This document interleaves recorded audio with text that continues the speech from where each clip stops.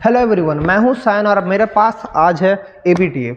तो बहुत सारे बच्चों का मेरे पास मैसेज आया कि सर एबीटीए का इंग्लिश वर्जन सॉल्व कर दीजिए, एबीटीए का इंग्लिश वर्जन सॉल्व कर दीजिए। कहीं पर एबीटीए का इंग्लिश वर्जन सॉल्यूशन नहीं मिल रहा है।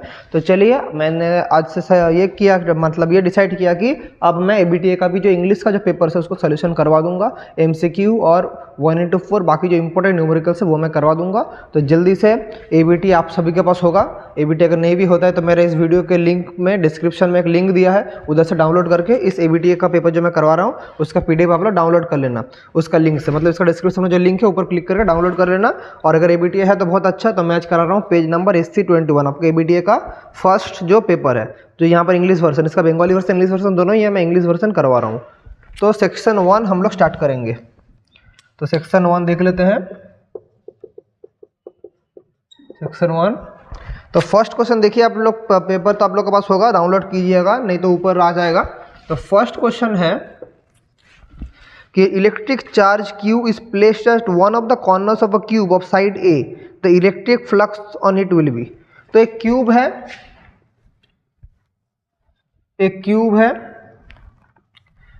क्यूब के एक कॉर्नर में एक चार्ज है Q, यही बोला है। ए charge Q is placed at one of the corner of a cube of side A, और क्यूब का साइड है A। तो flux at the flux on one of its will be, the electric flux on one of it face will be. तो एक कोई भी face में electric flux कितना होगा ये मुझे पूछा है। तो क्या करेंगे, हमारे पास टोटल इलेक्ट्रिक फ्लक्स कितना होता है। टोटल, अगर मैं पूरा क्यूब का बोलूँ, टोटल इलेक्ट्रिक फ्लक्स कितना होगा अकॉर्डिंग टू गॉस लॉ।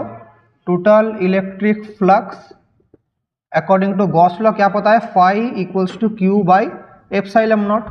अभी कितना तो फेस है, नंबर ऑफ फेसेस, एक क्यूब में नंबर ऑफ फेसेस है 8, therefore flux on each face कितना होगा, flux on each face divide by 8 हो जाएगा, दैट इज 5 डैश बोल रहा हूँ, क्या हो जाएगा total 5/8, that is Q by 8 epsilon not.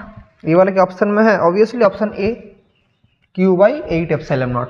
तो फर्स्ट वाला टोटल है Q बाई एप्सिलॉन नॉट, ये है टोटल, और एक फेस में है Q बाई 8 एप्सिलॉन नॉट, क्योंकि 8 तो सरफेस है, 1 2 3 4 5 6 7 8 ऐसा करके 8। तो आप बोलेगा सर सरफेस तो 6 होता है, आपने 8 क्यों बोला, क्योंकि देखिए कॉर्नर कितना तो है, कॉर्नर है 8, चार्ज कहाँ पर प्लेस्ड है, कॉर्नर में। तो एक क्यूब में फेसेस होता है 6 और कॉर्नर्स होता है कितना, 8। यहाँ पर कॉर्नर में चार्ज है, तो कॉर्नर में चार्ज है बोलने से कितना में डिवाइड हो जाएगा, 8 कॉर्नर्स में, 1 2 3 4 5 6 7 8 8 तो कॉर्नर है, समझे, इसलिए Q बाई 8 एप्सिलॉन नॉट हुआ। सेकंड क्वेश्चन देख लेते हैं, इसको मिटा के सेकंड क्वेश्चन तब तक मैं पढ़ लेता हूँ। पोटेंशियल एक रीजन में दिया है तो इलेक्ट्रिक फील्ड क्या होगा। ये भी सिलेक्टिव क्वेश्चन है, बहुत ही इंपॉर्टेंट क्वेश्चन, ऐसा टाइप का क्वेश्चन आपको आ ही सकता है। नेक्स्ट जो क्वेश्चन है, पोटेंशियल दिया है, वहां से मुझे इलेक्ट्रिक फील्ड निकालना है। चलिए देख लेते हैं। So question number 2, potential in region is expressed by, potential बोला है Vxyz is given by 6xy minus y plus 2yz, ये वाला दिया है। तो electric field at the point 110 कितना होगा, इलेक्ट्रिक फील्ड कितना होगा एट द पॉइंट कितना 110 में हमारा इलेक्ट्रिक फील्ड कितना होगा, ये वाला क्वेश्चन दिया है। तो कैसे करेंगे, सबसे पहले हमें E और V का बीच में रिलेशन जानना पड़ेगा। सो E अगर हम लोग electric field equals to dV/dr into r cap, E is a vector quantity, तो इसको मैं ऐसे भी लिख सकता हूँ dV/dx i cap plus dV/dy j cap plus dV/dz k cap, क्योंकि r वेक्टर का मतलब हमें क्या पता है, r वेक्टर का मतलब है x i cap plus y j cap plus z k cap. ये कहाँ से हम लोग जानते हैं, ये वाला हमने सीखा था क्लास 11 में वेक्टर्स में, पोजीशन वेक्टर्स में। तो क्या हो जाएगा d/dx, आगे i कैप लिख दे रहा हूँ, v का जगह क्या बिठाएंगे, ये पूरा बिठाएंगे 6xy minus y plus 2yz plus j cap d/dy 6xy minus y plus 2yz plus k cap d/dz 6xy minus y plus 2yz। तो i कैप d/dx करेंगे, मतलब जो x कंपोनेंट है, जैसे d/dx ये वाला क्या हो जाएगा x है तो ये वाला 6y हो जाएगा, x का डेरिवेटिव 1 होता है और कहीं पर कुछ है नहीं, बाकी सब 0 हो जाएगा तो सिर्फ 6y रहेगा। जे कैप जब बिठाएंगे y कहाँ पर, यहाँ पर y है तो यहाँ पर 6x हो जाएगा, y 1 हो जाएगा, इधर -1 हो जाएगा और इसको जब डेरिवेटिव करेंगे तो y चला जाएगा तो सिर्फ क्या पड़ा रहेगा 2z। ठीक है, और जब इसका डेरिवेटिव करेंगे के cap D of D Z, इसका डेरिवेटिव कितना होता है 0, इसका डेरिवेटिव कितना होता है जेड का रेस्पेक्ट में 0, इसका जेड 1 हो जाएगा तो क्या पड़ा रहेगा 2y। सो मेरा इलेक्ट्रिक फील्ड क्या आ जा रहा है यहाँ से, इलेक्ट्रिक फील्ड आ जा रहा है 6y आई कैप 6x - 1 + 2z जे कैप प्लस 2y के कैप। लेकिन यहाँ तक रुकने से नहीं होगा, हमें कौन सा पॉइंट में चाहिए, 110 पॉइंट में चाहिए इलेक्ट्रिक फील्ड। तो therefore electric field eight 110 point में क्या होगा, मतलब x का जगह 1, y का जगह 1, z का जगह 0, y का जगह 1 बिठाएंगे तो 6 × 1 आई कैप, उसके बाद 6 × 1 - 1 प्लस 2 z का जगह क्या बिठाएंगे 0 जे कैप प्लस 2 × 1 के कैप। तो क्या बन जाएगा 6 आई कैप 6 - 1 5 प्लस 5 जे कैप प्लस 2 के cap. This is the electric field eight 110। 6i + 5j + 2 का ऑप्शन है, 6i + 5j + 2 के, हाँ ऑप्शन सी है। और एक चीज़, हाँ एक सबसे पहले मुझे एक माइनस देना चाहिए था, ये माइनस मैंने नहीं दिया था क्योंकि ई इज -dv/dr। तो यहाँ पर मैंने, यहाँ तक मेरा मॉड ऑफ ई निकला था, तो ई क्या जब लिखेंगे तो एक सामने एक माइनस देना पड़ेगा हमें, तो ये माइनस देने के बाद -6i + 5j + 2 के कैप, ये है ऑप्शन सी। क्योंकि ई और वी का बीच में रिलेशन है -dv/dr, तो एक माइनस आगे होता है, माइनस आप लोग दे सकते हैं, ये फाइनल आंसर लिखने का टाइम भी आप लोग माइनस लिख सकते हैं। इधर मैंने इसको ऐसे भी कर सकता है, मॉड ऑफ ई निकाल रहे हैं, मॉड ऑफ ई निकाल रहे हैं, लास्ट में जब आंसर लिखने का बारी आएगा एक सामने एक तो माइनस आप दे देना। ठीक है, वेरी गुड। इसको जल्दी से लिख लीजिए, स्क्रीनशॉट ले लीजिए, मैं हट जा रहा हूँ, टाइम दे रहा हूँ आप लोगों को, 1 2 3 4 5 done. Okay very good. Next question देख लेते हैं, क्वेश्चन नंबर 3। आप क्वेश्चन का PDF डाउनलोड करके फॉलो करना तो आसानी होगा, क्योंकि क्वेश्चन आप लोग पढ़ के देख पाएंगे। क्वेश्चन नंबर 3 बोला है colour of carbon code of registers are given. तो colour code of carbon register क्या दिया, सबसे पहले रेड है, फिर येलो है, फिर ऑरेंज है, उसके बाद कोई फोर्थ कलर नहीं है। तो रेजिस्टेंस ऑफ द रजिस्टर कितना होगा, रेजिस्टेंस का कलर बैंड दिया है, कौन सा फॉर्मूला होगा, बी रॉय, याद आ रहा है, B Roy of Great Britain, कुछ याद आ रहा है, B Roy of Great Britain, इसके अलावा लगेगा नहीं, of Great Britain has very beautiful wife wearing gold silver necklace, इतना बड़ा लाइन था। तो बी रॉय, इधर मेरे पास क्या दिया है, रेड दिया है, येलो दिया है, ऑरेंज दिया है, तो कल पावर क्या पता है 0 1 2 3 4, ये वाला ग्रीन है 5, ज़्यादा लगेगा नहीं, मेरा यहाँ तक खत्म हो रहा है। तो रेजिस्टेंस का फॉर्मूला क्या होता है, रेजिस्टेंस R = 2, सबसे पहला जो रहेगा, सबसे पहला है रेड, तो उसका रेड का नंबर कितना है 2, उसके बाद का येलो का पावर कितना है 4, 24 × 10⁻, कितना होगा, ऑरेंज का पावर कितना है 3, ऐसा रहेगा। फिर बोलेंगे सर फोर्थ बैंड तो नहीं दिया है तो क्या करेंगे, तो प्लस माइनस ऑप्शन में जो रहेगा उसका हम लोग उतना % बिठाएंगे, फोर्थ कलर नहीं है। तो फर्स्ट ऑप्शन इज गिवन 24 × 10⁻⁶, ये वाला नहीं होगा। सेकंड ऑप्शन 14,000 नहीं होगा। थर्ड ऑप्शन देखिए 24,000 ± 20%। थर्ड ऑप्शन देखिए क्वेश्चन पेपर डाउनलोड करके 24,000 ± 20%। तो इधर देखिए इसका मतलब क्या है, इसका मतलब 24 × 1000 दैट इज 24,000। अभी फोर्थ कलर बैंड नहीं दिया है, लेकिन ऑप्शन देख के हम लोग आंसर बिठाएंगे। तो ऑप्शन देख के प्लस माइनस कौन सा करेक्ट हो जाएगा, 20% करेक्ट होगा। तो करेक्ट आंसर कौन सा है, प्लस माइनस 20%। तो करेक्ट ऑप्शन कौन सा होगा, ऑप्शन सी। ये वाला बी रॉय का जो हम लोग फॉर्मूला वहाँ हमने कर लिया। फिर क्वेश्चन नंबर 4 करेंगे, इसको मिटा रहा हूँ, हो गया। फिर चलिए क्वेश्चन नंबर 4 देख लेते हैं। क्वेश्चन नंबर 4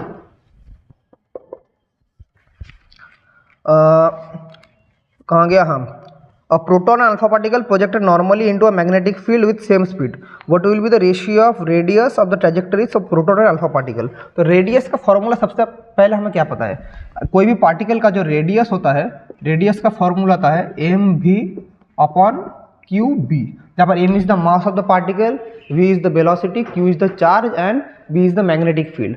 अभी अब एक अल्फा पार्टिकल है एंड ए प्रोटॉन है, अल्फा एंड ए प्रोटॉन। कहाँ क्या क्वेश्चन दिया है, an alpha particle and a proton. तो प्रोटॉन का जो मास होता है, ये अल्फा पार्टिकल का जो मास होता है वो प्रोटॉन का 4 टाइम्स होता है, ये हमें जानना पड़ेगा। और अल्फा का जो चार्ज होता है वो प्रोटॉन का चार्ज का ट्वाइस होता है।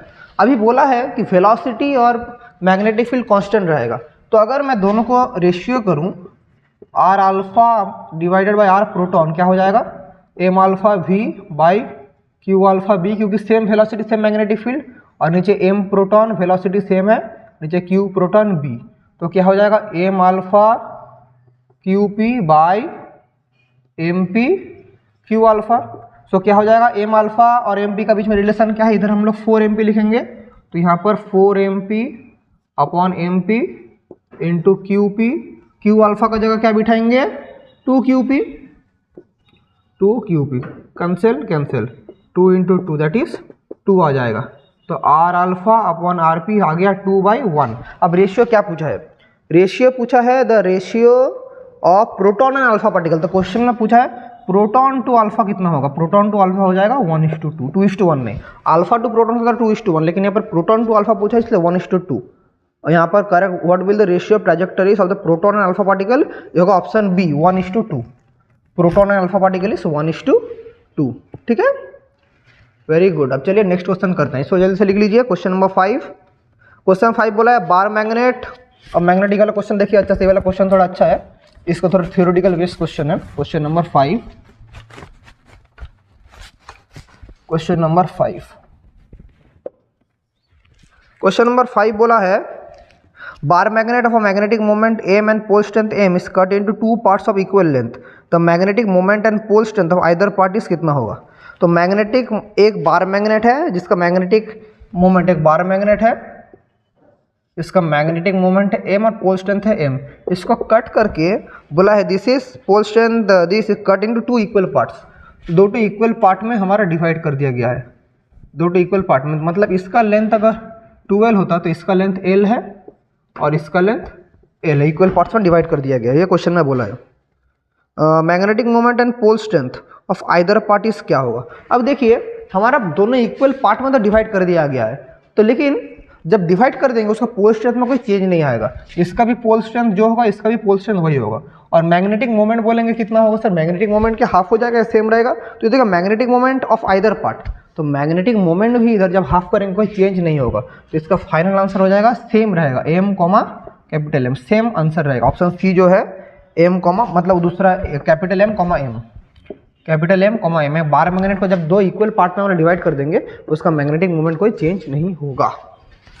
क्वेश्चन नंबर 6 बोला है when the length and number of turns of a solenoid both are doubled keeping area of cross section unchanged then its self inductance. तो सोलेनॉइड का हमें क्या पता है, सोलेनॉइड का हमें पता है, सोलेनॉइड का मैग्नेटिक फील्ड कितना होता है, B equals to mu not N I या mu not N by L upon I, और हमारे पास पता है phi equals to L I, L is the coefficient of self inductance, और फाई का फॉर्मूला हमें क्या पता है, phi equals to N B A. तो यहाँ पर फाई एन बी है magnetic field, number of turn से एरिया, तो फाई का जगह अगर बिठाएंगे एन बी ए, यहाँ पर एल आई। तो क्वेश्चन में बोला है कि सोलेनॉइड कहाँ गया, क्वेश्चन है number of turns and length of solenoid both are increase, B का जगह क्या बिठाएंगे, बी का जगह ये वाला फॉर्मूला बिठाएंगे, तो एन बी का जगह क्या बिठाएंगे, mu not N upon L into I equals to L I, तो both side I I cut जाएगा। ओ अच्छा बोलेंगे ये वाला लेंथ, ये वाला लेंथ और ये वाला inductance, L is the length and capital L is the inductance. ठीक है, इसके बीच में डिफरेंस समझना। सो मेरा क्या फॉर्मूला आ जा रहा है, L equals to mu not N square by L, mu not N square by L, ये मेरा सोलेनॉइड का इंडक्टेंस का फॉर्मूला आ रहा है। तो अभी क्वेश्चन में क्या दिया है देखिए, क्वेश्चन में बोला है अकॉर्डिंग टू क्वेश्चन, मैं ऊपर लिख रहा हूँ, क्वेश्चन में बोला है कि हमारा कहाँ गया हाँ, number of turns of a solenoid both are double, L dash है 2l और नंबर ऑफ टर्न्स भी क्या है 4n हो जा रहा है, देन सेल्फ इंडक्टेंस क्या होगा, तो दोनों का चेंज हो जाएगा, तो सेल्फ इंडक्टेंस क्या होगा, mu not an dash square by L dash, तो म्यू नॉट एन डैश का मतलब क्या है, ट्वाइस हो जा रहा है, ट्वाइस हो जा रहा है का मतलब क्या हो जाएगा 4n स्क्वायर, क्योंकि ट्वाइस और इसका होल स्क्वायर बाई 2L, तो 2 into 2 4, that is 2 mu naught n square by L, ये हो रहा है। तो इसका मतलब क्या हो जा रहा है, इसका मतलब ट्वाइस ऑफ L हो जा रहा है। तो L डैश का मतलब क्या है, L डैश का मतलब ट्वाइस ऑफ L। तो इधर क्या बोला है, the self inductance will be doubled हो जाएगा। तो option C is the correct answer, B doubled, self inductance will be doubled. तो कैसे करके कर रहा हूँ समझने का कोशिश कीजिए, जैसे मैं कर रहा हूँ आप लोग भी कॉपी में वैसे लिखते रहिए, विल बी डबल्ड। ठीक है, क्वेश्चन नंबर 6 इसको जल्दी से लिख लीजिए। फिर करेंगे अभी question number 7, current and potential. Question अच्छा क्वेश्चन है, क्वेश्चन नंबर 7, क्वेश्चन नंबर 7 चलिए।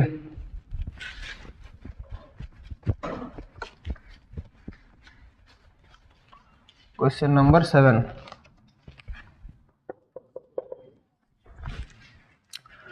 बोला है the current and potential. Current कितना बोला है, current is 20 sine omega T plus pi by 3 ampere.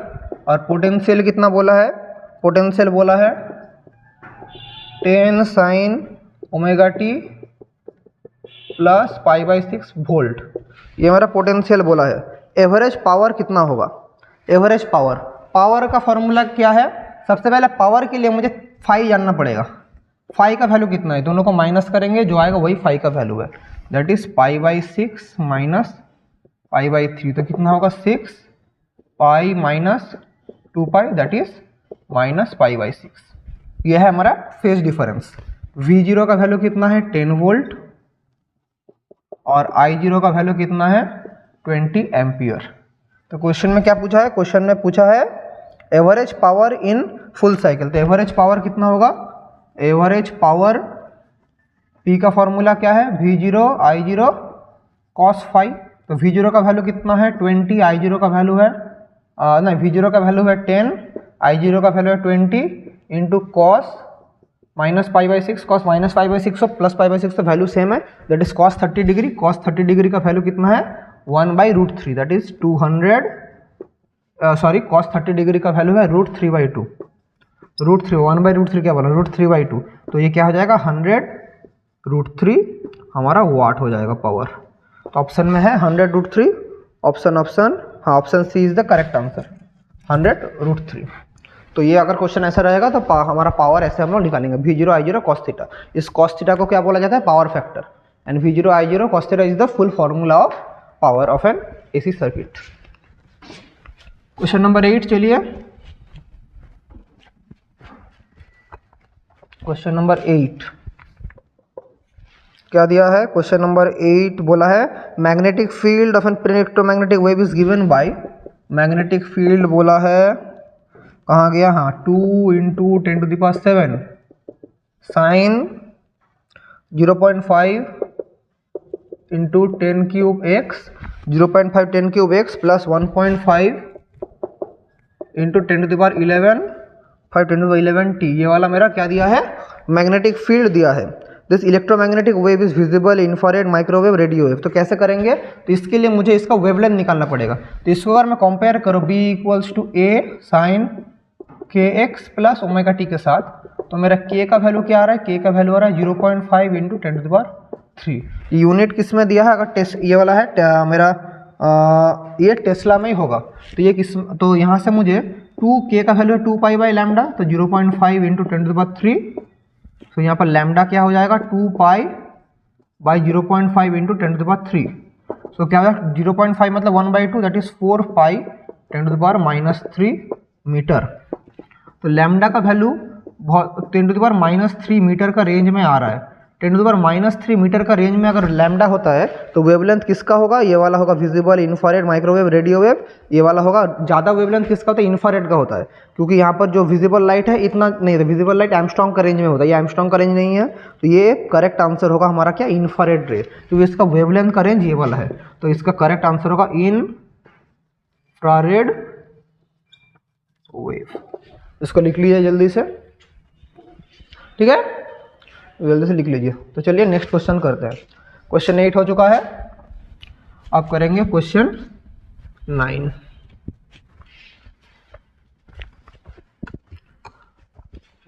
Question number 9। Question 9 क्या दिया है, कहाँ गया, हाँ, the focal length of concave mirror in air. तो एयर में कॉनकेव मिरर का फोकल लेंथ है 20 सेंटीमीटर। क्या है, कॉनकेव मिरर। फिर क्वेश्चन में बोला है what will B focal length in water. Water में कितना होगा, बोलिए तो एक ट्रिकी क्वेश्चन है। एक कॉनकेव मिरर है, उसको मैं पानी के अंदर डुबा दिया, तो उसका फोकल लेंथ का चेंज होगा, बोलिए बोलिए कमेंट में जल्दी आंसर बोलिए। अरे मिरर का फोकल लेंथ कभी भी मीडियम का रिफ्रैक्टिव इंडेक्स के ऊपर डिपेंड नहीं करता है, वो लेंस का डिपेंड करता है। लेंस जब एक दूसरा मीडियम में जाता है तब उसका फोकल लेंथ चेंज होता है, लेकिन मिरर का कभी भी फोकल लेंथ चेंज नहीं होगा। वाटर, एयर, आग के अंदर भी घुसा दो, ग्लिसरीन के अंदर भी घुसा दो, उसका फोकल लेंथ चेंज नहीं होगा। तो इसका आंसर कितना होगा, 20 सेंटीमीटर ही होगा। कॉनकेव मिरर या कॉन्वेक्स में कुछ भी होगा, इसका फोकल लेंथ चेंज नहीं होगा। तो इधर आंसर क्या होगा, 20 सेंटीमीटर दिया है, ऑप्शन बी वही वाला करेक्ट आंसर होगा। समझे, मिरर का कभी भी फोकल लेंथ मीडियम के ऊपर डिपेंड नहीं करता है। Question number 10, intensity of light depends on option amplitude, frequency, time period, all of this. तो इंटेंसिटी ऑफ लाइट सबके ऊपर डिपेंड करता है, ऑल ऑफ दिस, ये वाला होगा ऑल ऑफ दिस, इन सभी के ऊपर डिपेंड करता है। जो है हमारे पास एम्पलीट्यूड, फ्रीक्वेंसी, उसके बाद और क्या दिया है, टाइम पीरियड, तीनों के ऊपर तो इसका इंटेंसिटी डिपेंड करता है। तीनों के ऊपर all of this intensity depend करता है। फिर next question, question number 11। Question number 11 बोला है ray of energy E incident perpendicularly on ideal smooth reflector will impact momentum to the plane which is a ray of incident energy. Energy कितना है, E है incident energy, perpendicular on smooth reflector will impact momentum to the plane which is dash. तो कितना momentum करेगा, हमें momentum का formula पता है, लैम्डा इक्वल्स टू h/mv। तो यहाँ से मोमेंटम का फॉर्मूला क्या आ जाएगा, h/λ आ जाएगा। ये वाला हमारा मोमेंटम का फॉर्मूला आ जाएगा, impact momentum h/λ।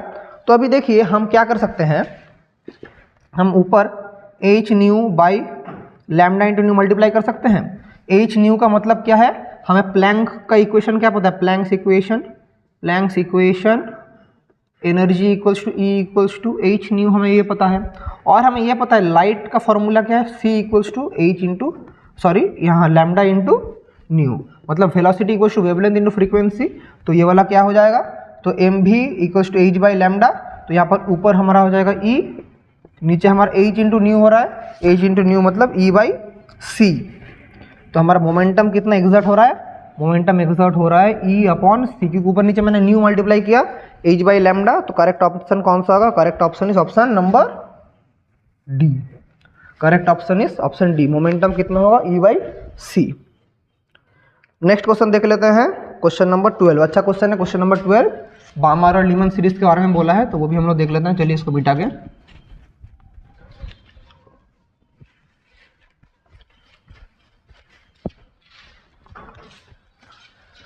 Question number 1 का कितना है, 1 का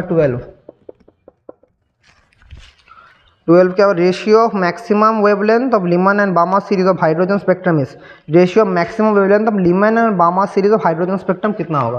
तो लीमन का हमें फॉर्मूला क्या पता है, लीमन का पता है 1/λL equals to 1r into 1/1² minus 1/n²।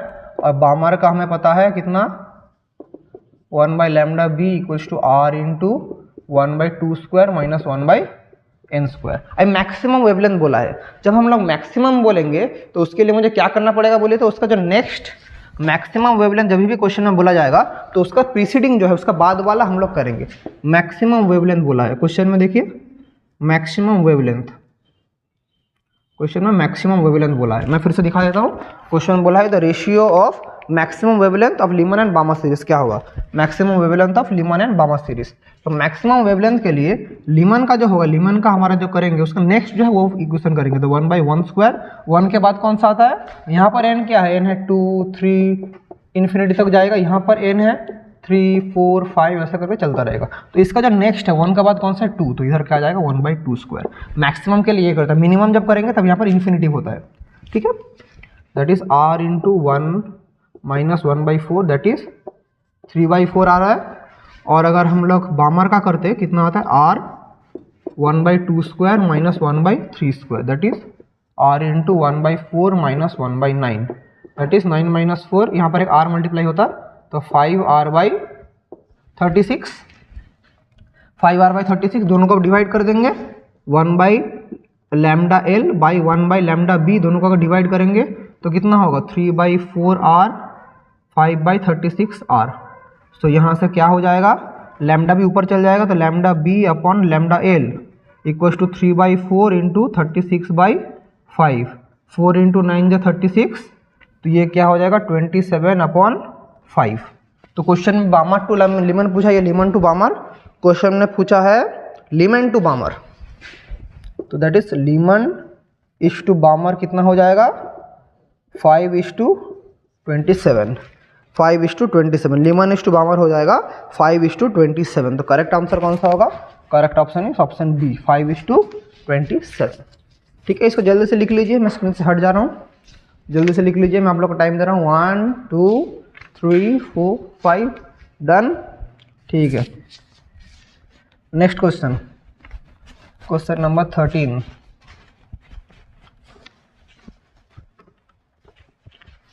Question 13 चलिए, 13 बोला है the output of an OR gate is connected to both input of NAND gate. Output of an OR gate, एक ऑर गेट है, इसका जो आउटपुट है this is connected to both inputs of a NAND gate. तो both inputs of a NAND gate के साथ हम लोग इसको कनेक्ट कर देंगे, ये वाला है एक ऑर गेट, ये वाला है एक नैंड गेट। ठीक है, तो क्या बोला है the combination performs which gate, तो क्या होगा, तो देखिए यहाँ पर अगर ए बी होता है, ये वाला है ए प्लस बी, तो ए प्लस बी इधर जब निकलेगा क्या होगा, ए प्लस बी का बार हो जाएगा, क्योंकि दोनों ए प्लस बी प्लस ए प्लस बी, ए प्लस बी बार, ए प्लस बी बार क्या हो जाएगा ए बार डॉट बी बार, यही तो होगा, क्योंकि इधर भी ए प्लस बी जा रहा है, इधर भी ए प्लस बी जा रहा है, तो हमारा क्या हो जाएगा, आंसर हो जाएगा ए प्लस बी होल बार, ये वाला हो जाएगा। देखिए सही समझ आ रहा है, तो देखिए y इक्वल्स टू, अगर दो नैंड गेट होता है y equals to A dot B ऊपर बार होता है, तो इधर क्या होगा A plus B into A plus B, इसके ऊपर बार हो जा रहा है, यही हम लोग का हो रहा है। सो इसके ऊपर जब बार हो रहा है, मल्टीप्लाई जब हो रहा है, ए इंटू ए क्या होता है, ए इंटू ए होता है, और हमारा ए प्लस ए जो यहाँ पर देखिए आउटपुट जो हो रहा है, तो यहाँ पर हम लोग ए इंटू ए है, तो इसको हम लोग अलग से कुछ भी ऐसे ही लिख सकते हैं, इसको हम लोग ऐसे भी लिख सकते हैं ए प्लस बी बार प्लस ए प्लस बी बार, या हम लोग ए प्लस बी इसको बार ऐसे भी लिख सकते हैं, वही चीज़ हो रहा है। तो ये कौन सा गेट होगा, और नॉट नॉर नैंड, तो ये वाला कौन सा गेट हो जा रहा है, ये वाला हो जा रहा है नॉर गेट, ये वाला है नॉर गेट हो रहा है आउटपुट, और इसका आंसर कौन सा होगा, ऑप्शन नंबर सी। और नंबर 14 क्या है, what should be the minimum height of an antenna so that it can transmit up to 10 megahertz. तो minimum height d equals to formula क्या है, √2HR, जहाँ पर r is the radius of the earth, that is 6400 kilometre radius, that इसका मतलब क्या है 6400 into 10³ metre. तो d कितना दिया है क्वेश्चन में, d मेंशन किया है, कितना रेंज तक भेजेंगे हम लोग, रेंज तक भेज, so that it can transmit a radio wave of frequency 10 megahertz. अच्छा, radio wave of frequency 10 megahertz, तो डिस्टेंस नहीं बोला, कितना दूर तक कितना फ्रीक्वेंसी है वो हम लोग का बोल के रखा, इधर फ्रीक्वेंसी बोल के रखा है 10 मेगाहर्ट्ज। तो हम लोग क्या करेंगे, इस इक्वेशन के लिए हमारे पास जो ऑप्शन चारों है, चारों में से minimum height of an antenna so that it can transmit, तो हमें h निकालना है। तो h का फॉर्मूला क्या है, देखिए h का फॉर्मूला है d²/2r, ये वाला हमारा फॉर्मूला है। अभी हम लोग को d नहीं पता, लेकिन d का जो फॉर्मूला फ्रीक्वेंसी के साथ होता है, इसका जो एग्जैक्ट फॉर्मूला है वो मैं आप लोगों को, इधर एग्जैक्ट फॉर्मूला नहीं भी जानेंगे फिर भी हो जाएगा, कैसे करेंगे देखिए। तो यहाँ पर हमारा रेडियस ऑफ द अर्थ पता है, फ्रीक्वेंसी पता है, अभी फ्रीक्वेंसी इधर ऑप्शन से हम लोग करेंगे, मतलब ऑप्शन सिलेक्शन का टेक्निक से हम लोग करने की कोशिश करेंगे। तो 5 मीटर, 10 मीटर, 75 मीटर, 7.5 मीटर, तो हमारा जो इस रेंज में फ्रीक्वेंसी जब भेजेगा, इसका करेक्ट आंसर होगा option number A is the most correct answer होगा 7.5 मीटर। अभी बोलेंगे सर आपने ये वाला कैसे बोला, इसको ऑप्शन सिलेक्शन का मेथड से, क्योंकि 10 मीटर हम लोग का 10 मेगाहर्ट्ज है, तो 10 मेगाहर्ट्ज नहीं होगा, 75 मीटर भी नहीं होगा, तो एकमात्र आंसर होगा 7.5 मीटर। ठीक है, फिर नेक्स्ट क्वेश्चन देख लेते हैं। नेक्स्ट क्वेश्चन, चलिए देख लेते हैं नेक्स्ट क्वेश्चन। चलिए 2 का 1। If the horizontal component of geometric field is 1/3 times the vertical component, what is the angle of dip? तो देखिए बोला है एक जगह पर horizontal component is 1/√3 times the vertical component, और एंगल ऑफ डिप क्या होगा। तो एंगल ऑफ डिप जानने से पहले ये जानकारी है हॉराइजॉन्टल कंपोनेंट और वर्टिकल कंपोनेंट के बीच में रिलेशन क्या है। ये होता है वर्टिकल कंपोनेंट होता है आई साइन थीटा, ये वाला होता है आई कॉस थीटा। तो B V upon B H करेंगे तो हो जाएगा I sine theta by I cos theta, that is tan theta. तो हमारे पास ये थीटा ही है हमारा एंगल ऑफ डिप। तो टेन थीटा कितना आ रहा है, टेन थीटा कितना आ रहा है B V by B H. तो इधर से देखिए B V upon B H क्या आ जाएगा √3 आ जाएगा। तो यहाँ पर √3 हो जा रहा है। तो कितना में होता है 60 डिग्री में होता है। तो यहाँ से एंगल ऑफ डिप कितना होगा 60 डिग्री होगा। एंगल ऑफ डिप यहाँ से होगा 60 डिग्री। उसका राइट डाउन, उसके साथ एक और का क्वेश्चन है इसका ही और का क्वेश्चन है write down the expression of Biot Savart law in vector form in SI system.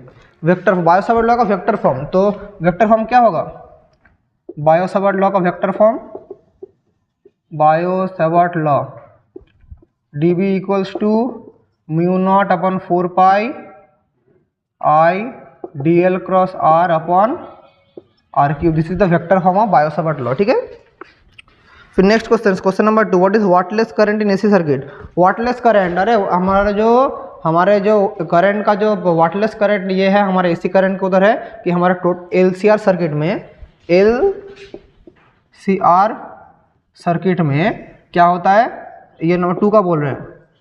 Resonance में क्या होता है, resonance omega L equals to 1/ओमेगा-c होता है रेजोनेंस में। तो यहाँ से मेरा जो पावर फैक्टर है कॉस थीटा क्या हो जाता है R/Z। एसी का मतलब क्या है R/√ओमेगा-l माइनस 1/ओमेगा-c whole square plus R square. तो यहाँ पर क्या हो जा रहा है R/R हो जा रहा है, दैट इज 1 हो जा रहा है, कॉस थीटा इक्वल्स टू 1 हो जा रहा है। तो जो रेजिस्टेंस होगा इधर हमारा कोई भी इधर पावर फैक्टर हमारा नहीं रहेगा, 1 हो जा रहा है। इसी को बोलते हैं वाटलेस करंट। ठीक है, नेक्स्ट क्वेश्चन है क्वेश्चन नंबर 3। देखिए क्या दिया है 2 का 3 नंबर 3 देख लीजिए 1 2 3। 2 का 3 बोला है ray of light incidence on a glass plate of refractive index कितना बोला है 1.536। यह रिफ्रैक्टिव इंडेक्स बोला है at an angle of polarization. तो हमें value of angle of refraction चाहिए। What is the value of angle of refraction. तो हमें क्या फॉर्मूला पता है tan theta equals to mu. तो थीटा कितना हो जाएगा tan इनवर्स म्यू। ये वाला कौन सा लॉ है, ये वाला ब्रूस्टर लॉ है, ये वाला Brewster's law. So tan inverse 1.536, तो यही वाला करेक्ट आंसर होगा tan इनवर्स 1.536। ठीक है, next question what is the value of convert 10110 to binary number. Next question है क्वेश्चन नंबर 4। क्वेश्चन नंबर 4 करते हैं। चलिए क्वेश्चन नंबर 4 बोला है 10110 टू बाइनरी नंबर 10110। इसको मुझे बाइनरी में करना पड़ेगा। इसको बाइनरी में करने के लिए हमें कौन सा मेथड चाहिए, वही successive division. 2 5 10 2 0 reminder 1, 2 × 25 reminder 0, 2 × 12 reminder 1, 2 × 6 reminder 0, 2 × 3 6 reminder 0, 2 1 2 reminder 1, 2 0 1। तो ऐसे करेंगे। सो 10110 कितना होगा 1 1 0 0 1 0 1 1 1 0 0 1 0 1। ये binary, this is the correct answer 1 4 का। ये वाला हो चुका है 4 का। और उसका और का भी एक क्वेश्चन है, 4 का और का क्वेश्चन देख लेते हैं। 4 का और का क्वेश्चन है write down the truth table of NAND gate. NAND gate का मुझे ट्रूथ टेबल करना पड़ेगा। तो नैंड गेट का आउटपुट क्या होता है, NAND gate y equals to a dot b, इसका बार यहाँ पर है a b, y equals to a dot b bar. तो 0 0 1 1 0 1 0 1। तो 0 0 क्या करेंगे 1 होगा, क्योंकि 0 × 0 0 तो 1, 0 × 1 0, उधर 0 × 1 0 है, ऊपर 1, 1 × 0 0, लेकिन बाहर है इसलिए 1, 1 × 1 1 0। This is the truth table of NAND gate. तो यहाँ पर मेरा SC 21 का सेक्शन 1 खत्म होता है। तो लॉन्ग क्वेश्चंस भी कराऊंगा, पहले आप एमसीक्यू कीजिएगा। लॉन्ग क्वेश्चन जो थ्योरेटिकल क्वेश्चन से आप मैक्सिमम आप सभी लोग कर पाएंगे, क्योंकि वो मैंने सारे साल आप लोगों को थ्योरी पढ़ाया था कि वहीं से आप लोग कर पाएंगे। जो एमसीक्यू है, एमसीक्यू में देखिए 14 में से 12-13 तो न्यूमेरिकल्स ही था, इसलिए एमसीक्यू आप लोग को स्ट्रांग होना पड़ेगा, क्योंकि उधर 1 × 14 14 और इधर 4 तो 18 नंबर आप लोग को अगर मिल जाता है 70 नंबर में तो आप लोग बहुत आगे चल जाते हैं। तो इसलिए पहले एमसीक्यू सॉल्व करना सीखिए। लॉन्ग क्वेश्चन आप लोग को तो पता ही है क्या क्या करना है। तो चलिए आज का क्लास यहीं तक रखते हैं। अगर आप लोगों को क्लासेस अच्छा लग रहा है तो वीडियो को लाइक कर दीजिएगा। तो चलिए इसी के साथ आज का क्लास यहीं पर एंड करते हैं। Wishing all the very best and thank you.